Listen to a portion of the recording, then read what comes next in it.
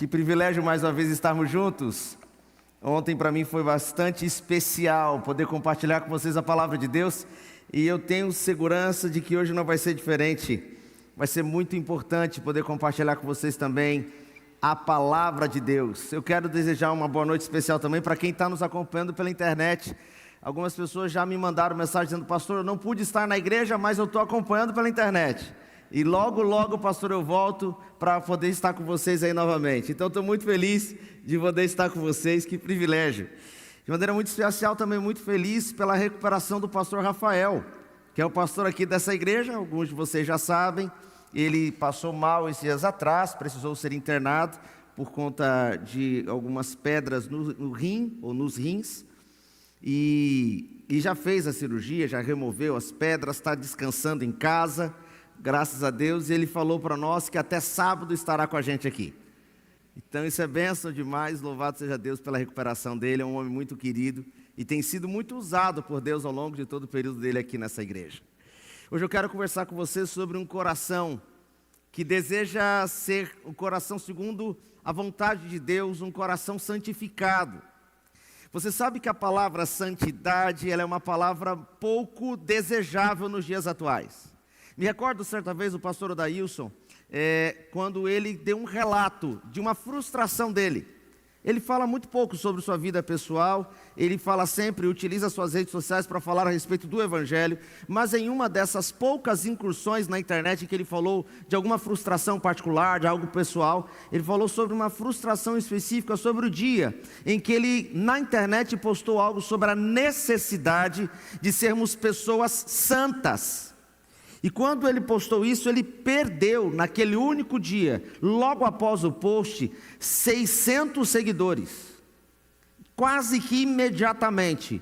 Assim que ele postou isso, ele logo começou a perceber que o número cada vez maior de seguidores começou a deixar de segui-lo.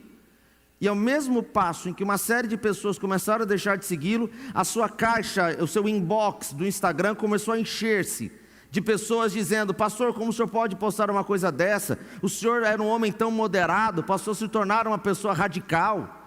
Desde quando, pastor, Deus exige essas coisas que o senhor acabou de postar no seu Instagram? Pastor, menos exigências e mais amor. A verdade é que a palavra santidade, ela tem sido cada vez menos desejável. Hoje, as pessoas estão divorciando a palavra santidade da palavra espiritualidade. Então elas consideram espiritualidade a demonstração pública de uma canção bem tocada, o choro e o lamento público como santificação. Então saem do final de um culto, muitas vezes exclusivamente emocional, saem do final do culto dizendo que foram purificadas, que foram santificadas e que agora estão prontas para mais uma semana. Quando o pecado deixa de ser pecado, a santidade então deixa de ser desejável. E por mais que o coração queira seguir a vontade de Deus, um coração que não se inclinou à vontade de Deus e não se permite ser transformado por Deus, ainda que aparente fazer coisas boas, jamais será um coração segundo o coração de Deus. Como diz um ditado popular, que tem sido cada vez menos dito: de boas intenções, até o inferno está cheio. A verdade é que nós podemos fazer boas coisas pelos motivos errados e ainda sermos aplaudidos por isso. Certa vez eu ouvi um pastor falando sobre isso e deu uma bugada na minha mente. Eu falei assim: mas como é que pode fazer boas coisas pelo motivo errado e ainda ser aplaudido? Aí ele deu um exemplo muito simples. Ele falou: quando você pega um ônibus e você se levanta para dar lugar a uma pessoa, o exemplo dele foi ônibus, mas pode tranquilamente ser aplicado ao metrô.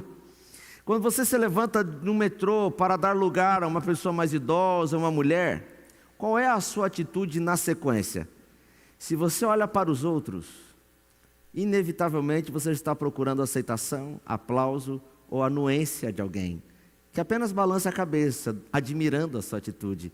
Ali você já recebeu o seu galardão, segundo Jesus. A verdade é que até coisas boas podem ser feitas pelas motivações erradas.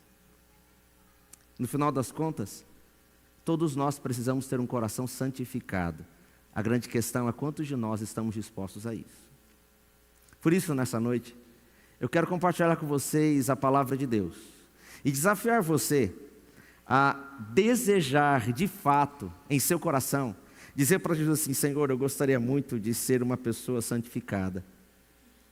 Por isso eu quero retornar a um texto bíblico que nós lemos essa semana, porque ele será uma das bases do estudo bíblico dessa noite, da mensagem bíblica dessa noite.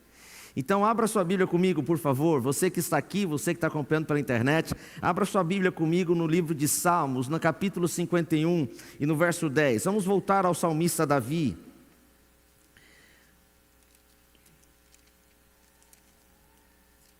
Salmos capítulo 51 e o verso 10.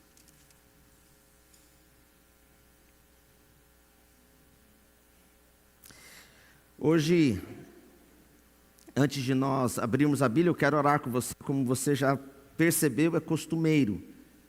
Antes de ler a palavra, orar. Mas de maneira muito especial, eu vou orar por uma família. E vai ser estranho o que eu vou dizer agora, porque talvez muitos de vocês não conheçam. Mas existem dois grandes influenciadores atualmente no mundo cristão. São estudantes da Bíblia, teólogos, que não são adventistas, mas que influenciam os púlpitos de todo o mundo, incluindo os púlpitos adventistas. O primeiro deles é Timothy Keller, que faleceu há pouco mais de 2 anos atrás. E o segundo deles faleceu hoje, chamado John MacArthur. Ele é um dos mais influentes autores cristãos.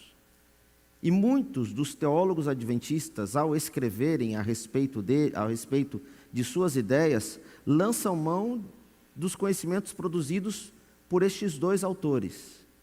Então, embora não sejam adventistas, seguramente muito do que você já ouviu no púlpito dessa igreja teve alguma influência desses dois autores. E hoje John MacArthur faleceu.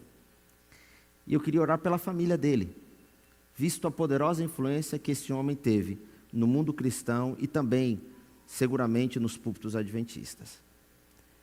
E além disso, queria orar também pela palavra de Deus que será aberta agora. Então feche os seus olhos, vamos falar com Deus. Senhor, eu quero nesse momento clamar para que o Senhor fale ao nosso coração. Nós estamos reunidos aqui presencialmente ou virtualmente para ouvir o Senhor mais uma vez falar a respeito do que o Senhor deseja. Então fala, Senhor, diretamente a nós. Oro para que cada coração que aqui está esteja inclinado para ouvir o Senhor falar a eles.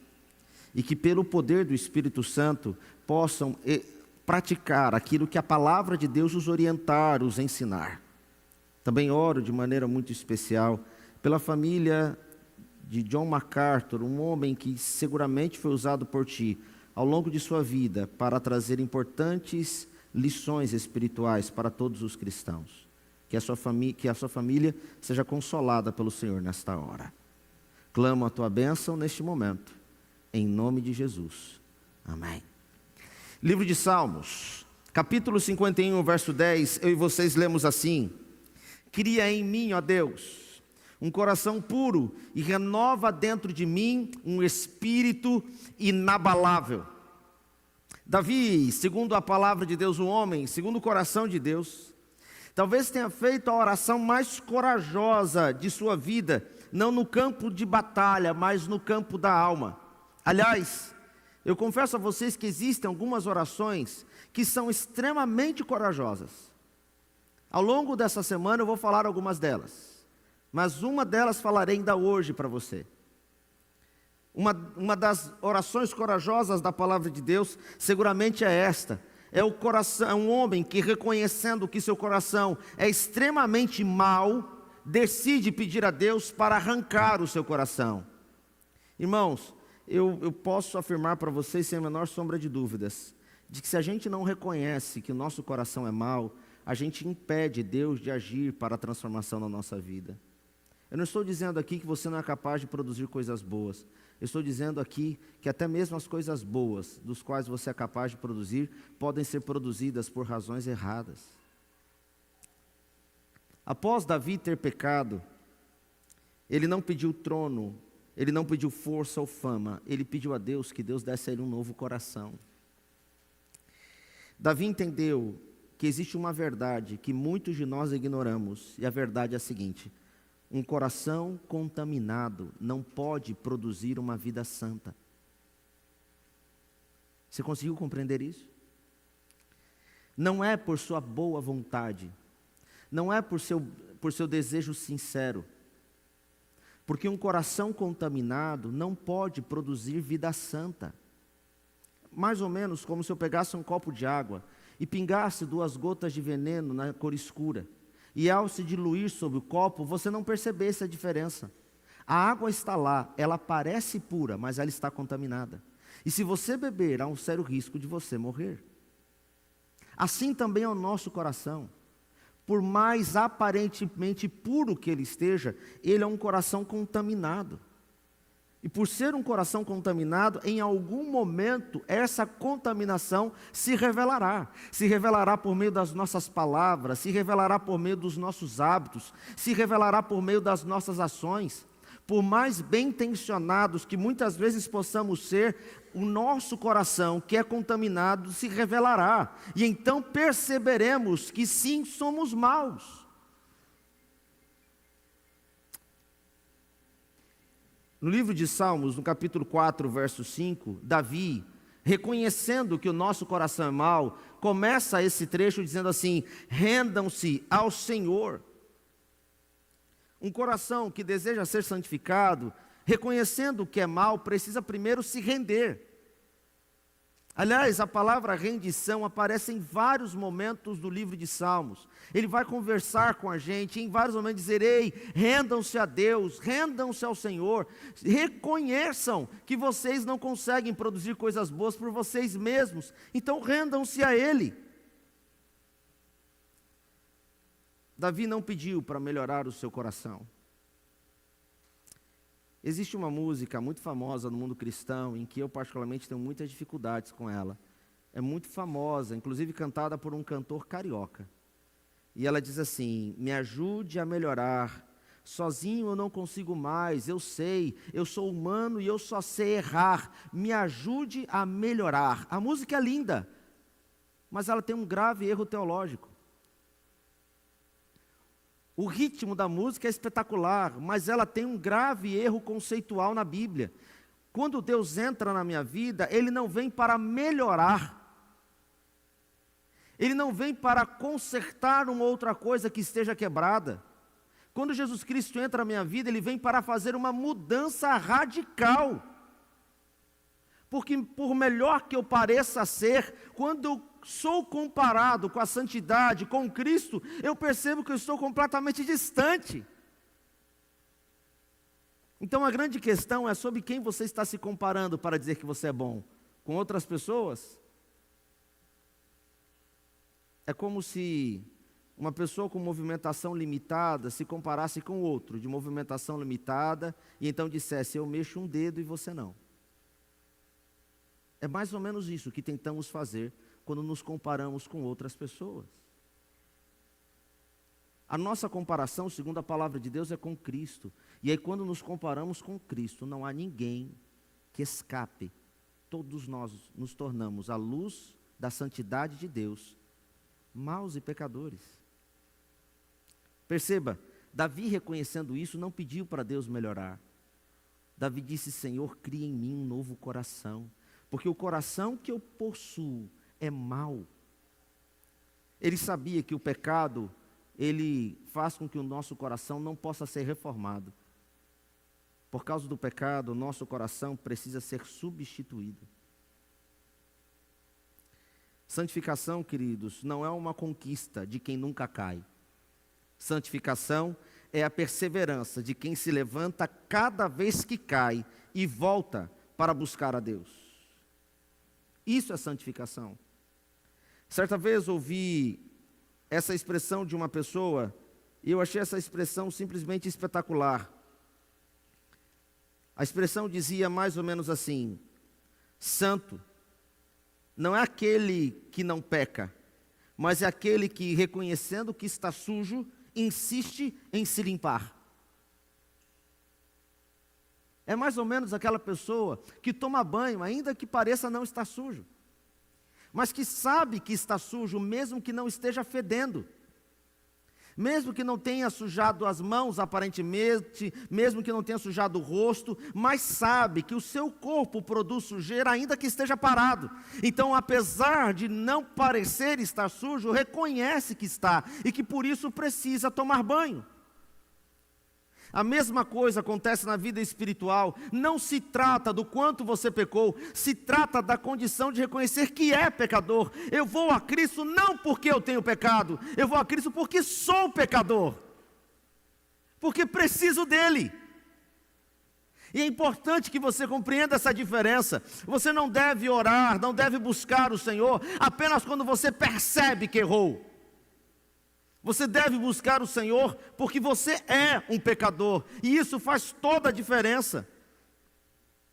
A W. Tozer tem uma frase sobre santificação que eu gostaria de compartilhar com vocês. Ele diz assim: santificação é a obra de uma vida inteira, mas começa no exato segundo em que você decide se render. Ela dura a vida inteira, mas começa no exato momento em que você reconhece que você é um pecador e que você por isso carece, precisa da glória e da graça de Deus. Queridos, é exatamente isso que Deus deseja fazer na nossa vida. Deus deseja fazer uma obra completa, não de um momento. Ellen White, no livro Caminho a Cristo, na página 70, diz assim: a verdadeira santificação é uma entrega diária à vontade de Deus. É entrega diária. É hoje, é amanhã, é depois de amanhã. Porque eu preciso receber o antídoto do sangue de Cristo todos os dias. Até que chegue a glorificação, naquele maravilhoso dia, quando Jesus Cristo voltará. E então, num abrir e fechar de olhos, seremos todos transformados. Até aquele grande dia, precisamos buscar o Senhor diariamente e clamar ao Senhor diariamente para que Ele faça na nossa vida a vontade dEle. Por isso digo para vocês, não lute para se santificar, mas se entregue para então ser santificado. É na rendição do coração a Deus que Deus opera o impossível. Eu tenho visto muitas pessoas se esforçando para serem santas. Me lembro de uma que chegou para mim certa vez e disse assim: pastor, eu, em nome de Jesus, serei uma pessoa santa. Eu falei, amém. Mas eu falei um amém sem convicção. Porque eu esperei ela terminar a frase. Ela disse: Jesus jejuou 40 dias e 40 noites. Eu consegui até agora jejuar 15. Mas eu vou chegar lá.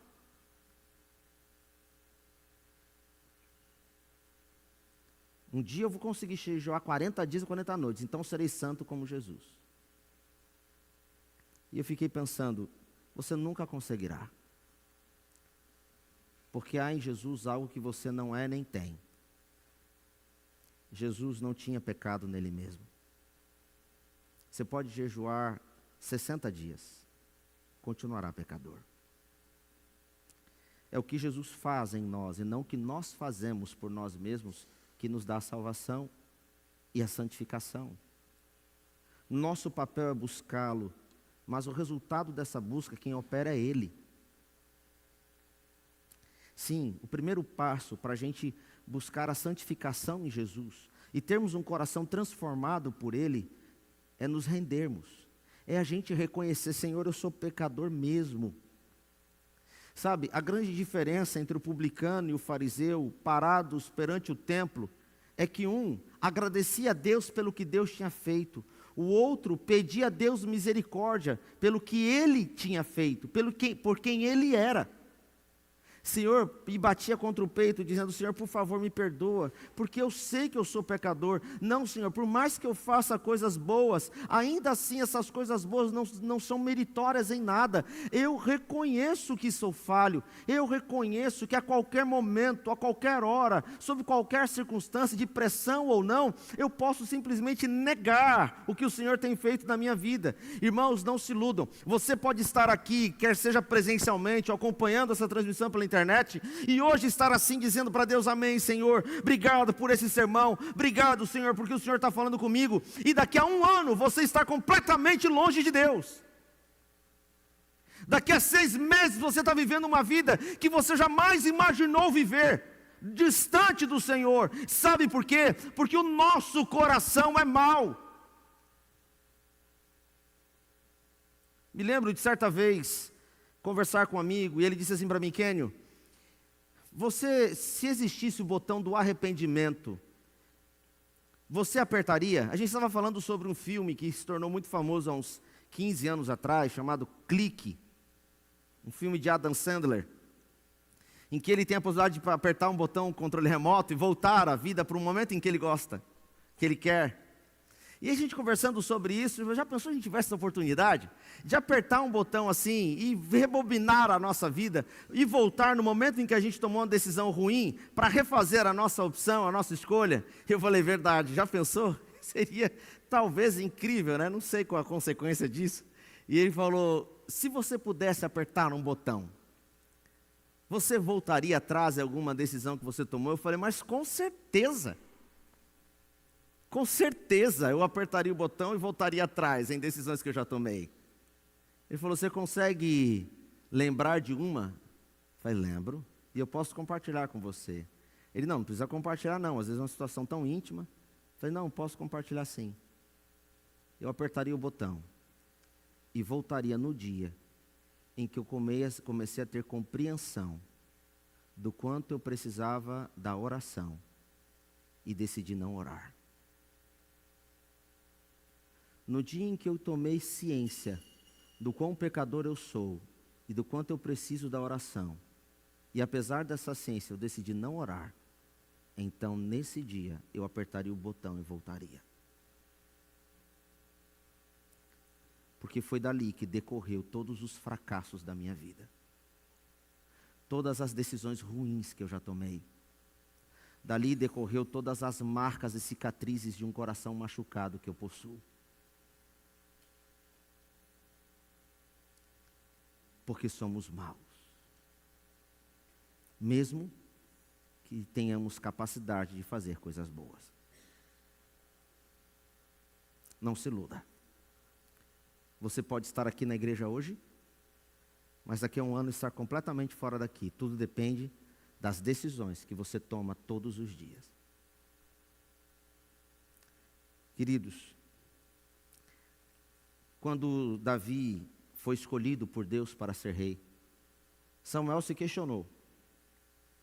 Samuel se questionou no íntimo do coração. Ele não levou isso externamente a Deus, mas Deus, que conhece todos os nossos pensamentos e sonda o nosso coração, sabia qual era o pensamento de Samuel. Samuel tinha escolhido um homem bonito, um homem alto, forte, atlético, mais ou menos igual a mim, assim. Iludido, né, irmãos?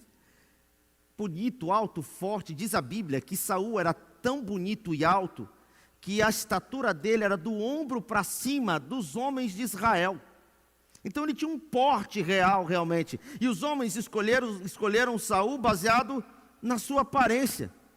Mas então Deus manda Samuel ir buscar uma criança, um menino, o menor da sua casa, o menos valorizado, o que estava fazendo a função que nenhum dos irmãos queria fazer e que seu pai não havia dado. Nem seu pai o considerava para se tornar um candidato ao reinado. Mas Deus manda trazer aquele menino e manda Samuel ungí-lo rei. E então Deus fala para Samuel: Samuel, não te atemorizes quanto ao que você está vendo, porque o homem vê o que é externo, porém o Senhor vê o coração. Santidade, irmãos, não se mede por aquilo que é externo.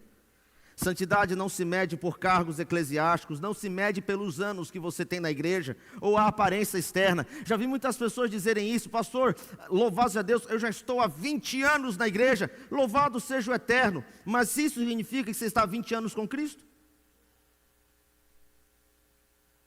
Porque há pessoas que entraram ontem na igreja e possuem mais intimidade com Jesus do que aqueles que já estão há muitos anos na igreja. A verdadeira santificação começa aonde ninguém vê, irmãos, no coração. Somente Deus o vê. E existe uma armadilha sutil nisso. E essa armadilha muitos caem. É a armadilha de sermos religiosos, mas não santificados. O religioso, ele vive de aparência. O santificado vive em sua essência. E há um risco muito grande de nós, por não sermos santificados, vivermos apenas como religiosos dentro da igreja.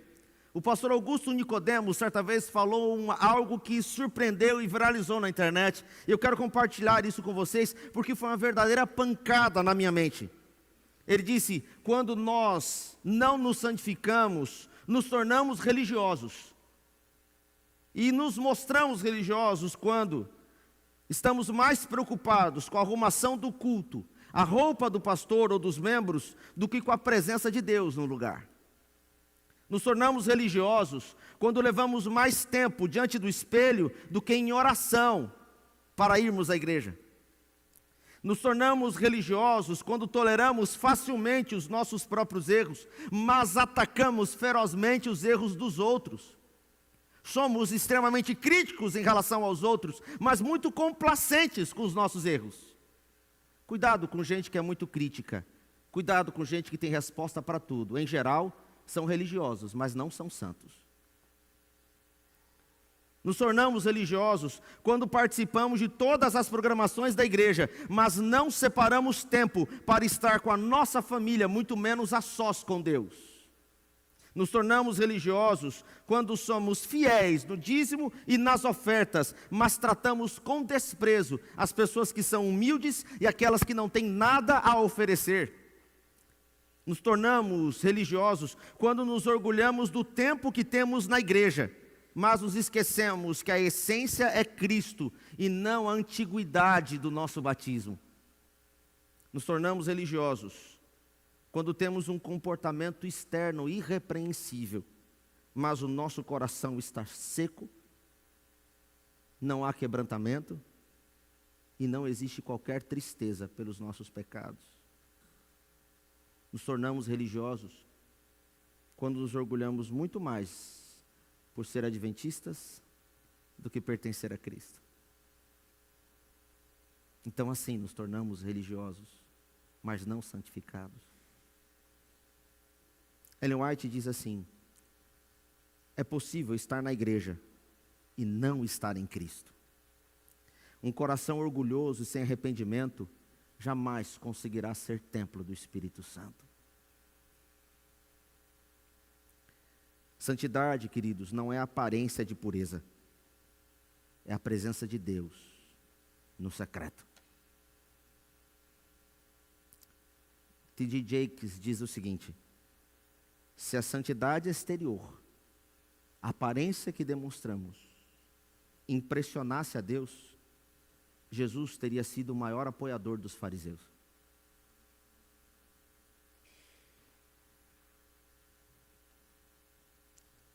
Davi reconhecia isso.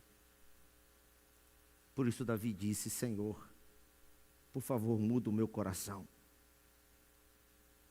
Deus não está preocupado ou procurando quem saiba parecer ser santo. Ele procura gente que esteja disposta a ser santa. A santidade verdadeira não se veste por fora, ela se respira por dentro. Não se revela em regras, mas nos frutos. A santidade verdadeira demonstra-se pela coerência entre aquilo que se vive e aquilo que se prega. Entre aquilo que se prega e o que se vive. A santidade é alcançada quando o meu coração se rende.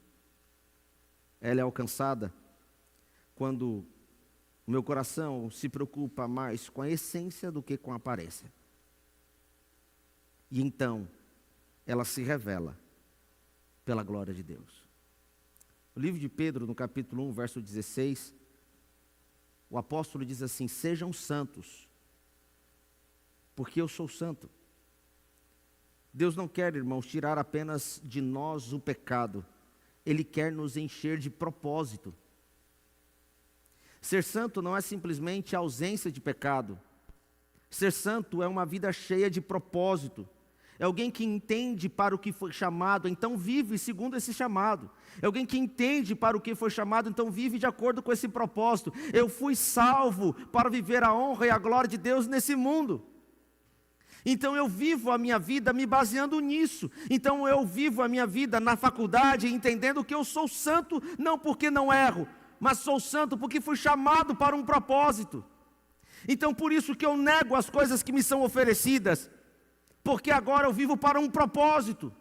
Então eu vivo para Cristo e vivo para a honra dele na faculdade, eu vivo para a honra dele no trabalho, eu vivo para a honra dele nos meus relacionamentos, no meu namoro, no meu casamento. Eu vivo a minha vida para glorificar o nome de Deus. Essa é a marca de alguém que está sendo santificado. É viver para a honra e glória de Deus. Essa pessoa que começa a viver a santidade em Cristo, ela passa a odiar o pecado. Ela odeia o pecado de maneira geral e odeia o pecado que habita nela. Porque o pecado que habita nela entristece o seu melhor amigo, Jesus Cristo. Eu posso afirmar para vocês que eu e vocês fomos chamados para ser um espelho do céu nessa terra. Para quando as pessoas se perguntarem como é Jesus, elas olhem para você. O coração santificado não vive para si, vive para que Cristo seja visto nele. C.S. Lewis certa vez disse: a santidade não te faz melhor do que os outros, te faz parecido com Jesus. À medida em que as pessoas vão te conhecendo, elas vão conhecendo aquele que te transformou e vão desejando saber mais sobre ele. Cara, que estranho. Você não faz o que os outros fazem. Por que você não faz o que os outros fazem? A resposta é muito simples. É porque os outros vivem para si e eu vivo para a honra e glória de Deus. Spurgeon, um dos maiores oradores do mundo moderno cristão, em um de seus sermões disse: a salvação, a santidade é o lado visível da salvação. É alguém que o seu coração se entregou a Jesus Cristo de tal maneira que a gente vê isso. Irmãos, o mundo não precisa de cristãos perfeitos. O mundo precisa de corações purificados. No mesmo livro, na página 81, Santificação, Ellen White diz assim: a santificação consiste em uma alegre submissão a toda a palavra que procede da boca de Deus. Nem sempre eu vou entender tudo o que Deus ordenou, mas se foi Deus que ordenou, então eu farei. Porque eu compreendo que esta é a melhor decisão para a minha vida. Isso é ser santo. Um coração santificado é a luz em meio às trevas. É um perfume em meio ao fedor do pecado. Eu quero desafiar vocês nessa noite a serem santos. Nós temos uma compreensão tão equivocada sobre santidade que até é estranho dizer assim: sejam santos. Porque logo vem à nossa mente aquela imagem de alguém inerrante. Não é sobre isso que a Bíblia fala. A Bíblia fala sobre um coração que deseja essencialmente fazer a vontade de Deus. Que reconhece a sua vida de pecado e que escolhe, apesar da sua vida de pecado, viver em Jesus. Através da vida do filho pródigo, a gente aprende que mais importante do que ter saído é retornar. Através da vida do filho pródigo, a gente aprende que mais importante do que a vida na lama dos porcos é decidir sair dela, ainda que fedendo. Através da vida do filho pródigo, a gente aprende que para Cristo dói muito mais o filho que não voltou do que o filho que saiu. Através da vida do filho pródigo, a gente descobre que o perdido naquela história não era o que voltou, era o que nunca tinha saído. Muitas vezes, irmãos, nós olhamos para a nossa vida e corremos um sério risco de concluir que estamos salvos apenas pelo fato de permanecermos aqui. Mas por não nos rendermos sinceramente a Cristo, estamos perdidos, mesmo estando aqui. Me preocupa muito que nós tenhamos ouvido já ao longo da nossa vida cristã centenas de sermões. Pare e faça um cálculo simples. Talvez eu tenha aqui na igreja pessoas que já estão na igreja há 10 anos, há 20 anos. Quantos sermões você já ouviu? Quantas vezes nesta igreja ou em alguma outra igreja que você já tenha frequentado, você já abriu a Bíblia? Talvez mesmo para você que não tenha tanto tempo de igreja, mas que já está há algum tempo, 1 ano, 2 anos, 3 anos, não importa. Quantas vezes você já ouviu sermões nesse lugar, já viu a Bíblia ser aberta e já abriu a Bíblia nesse lugar? E quantas vezes, apesar da oportunidade, da graça, você simplesmente não permitiu ser transformado? Quantas vezes você chegou a esse lugar, quer seja num sábado ou num dia como este, no meio da semana, sem ter, ao longo daquela semana ou daquele dia, orado, lido a palavra? Quantas vezes você chegou aqui extremamente vazio, quando o Senhor tem celeiros de bênçãos para abarrotar e encher o seu coração? Quantos de nós vivemos errantes na nossa vida, cambaleando, flertando com uma vida longe de Deus, ao mesmo tempo em que flertamos com uma vida perto de Deus, mas a verdade é que nem saímos e também não entramos, ficamos sempre à porta. Jesus Cristo disse que para Ele, o mais pesado dos cristãos, não é aquele que é frio a ponto de abandoná-lo, também não é aquele quente a ponto de jamais negá-lo, é aquele indeciso, que vive a sua vida com aparência de cristão, mas guarda no seu coração pecados dos quais não quer abandonar. Ele vive na igreja, mas não é santificado. E a sua vida vai revelando isso. Ele vive cometendo coisas através de uma mínima moralidade. Então ele não é imoral a ponto de negar Jesus, mas ele também não é moral a ponto de pertencer completamente a Cristo, a viver o reino de Deus aqui nessa terra. Então ele vive no limbo. Sabe como é que Jesus chama esses? De cristãos mornos. Ele vai chamar isso de laodiceanos. E por que ele vai chamar de laodiceanos? Por uma razão muito simples. A cidade de Laodiceia, na época bíblica, era uma cidade abastecida por águas termais, uma cidade muito rica, uma cidade onde se negociava o ouro. Então é uma cidade muito rica, um centro financeiro, não apenas comercial, mas principalmente financeiro da época dos apóstolos do primeiro século. Por ali passava-se muito ouro e prata. Por esta razão, a cidade era muito abastecida, abarrotada de dinheiro em seus cofres. Por isso, a cidade de Laodiceia possuía muitas construções impressionantes. E uma delas, muito famosa no mundo antigo, eram os aquedutos de Laodiceia. As águas termais desciam montanha abaixo e abasteciam os aquedutos, que então levavam água para a cidade, principalmente para as fontes. Mas como elas desciam muito quentes, com contato com o vento provocado pela descida da montanha, elas iam esfriando. Então elas chegavam mornas na cidade. A água era boa para tomar banho, mas não era boa para beber, porque a água morna produz vômito, em muitos casos. Então as pessoas tinham que pegar a água, esperar a água esfriar para então poder utilizá-la. Agora vocês entendem porque Jesus Cristo disse: eu vou vomitar vocês pela boca. Por quê? Porque era justamente isso que acontecia com as pessoas que de maneira desavisada pegavam a água logo para beber. Jesus vai dizer: esses para mim são os piores. São aqueles que, sabendo que precisam ser santificados, insistem em ficar sujos. São aqueles que tomam banho apenas uma vez na semana, achando que o restante da semana permanecerão limpos.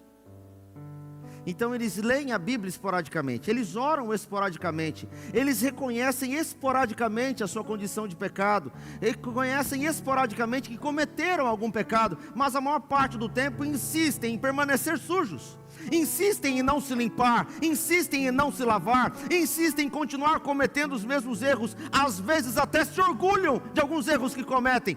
Aliás, quantos de nós já não vimos pessoas dizerem assim: não, eu não tenho nada do que me arrepender, ou ainda eu sou assim mesmo, fazer o quê, né? Você que suporte. E muitas vezes nos orgulhamos de sermos imperfeitos, quando Cristo quer nos transformar. Ainda assim queremos permanecer como somos e quem somos, quando a graça quer nos libertar de quem somos, para nos transformar à imagem e semelhança de Cristo. Mas é porque muitas vezes, para permitir que Cristo atue na nossa vida, precisamos abandonar algumas coisas que nós amamos. E então, por causa destas coisas que nós amamos, nós nunca entramos realmente na graça de Cristo, nunca. Ficamos sempre no limbo. Porque é difícil realmente. É uma decisão muito desafiadora. Vivemos como ovelhas errantes. Vamos nos afastando do pastor, sem necessariamente sair da igreja. Mas ficamos batendo cabeça nas decisões da nossa vida. E é triste isso. É gente que está aqui, mas o seu coração está no mundo. E vive entre dois pensamentos: fazer a minha vontade ou a vontade daquele que me salvou. Uma vida santa é uma vida que se rende a ponto de dizer assim: Senhor, a partir de agora o que vou vestir será determinado pelo Senhor. Aquilo que vou ouvir será determinado pelo Senhor. Aquilo que vou falar, inclusive as palavras e as expressões que eu utilizarei, serão determinadas pelo Senhor. Aquilo que eu vou comer será determinado pelo Senhor. Percebem como é uma decisão radical? Mas é isso que Deus espera de nós.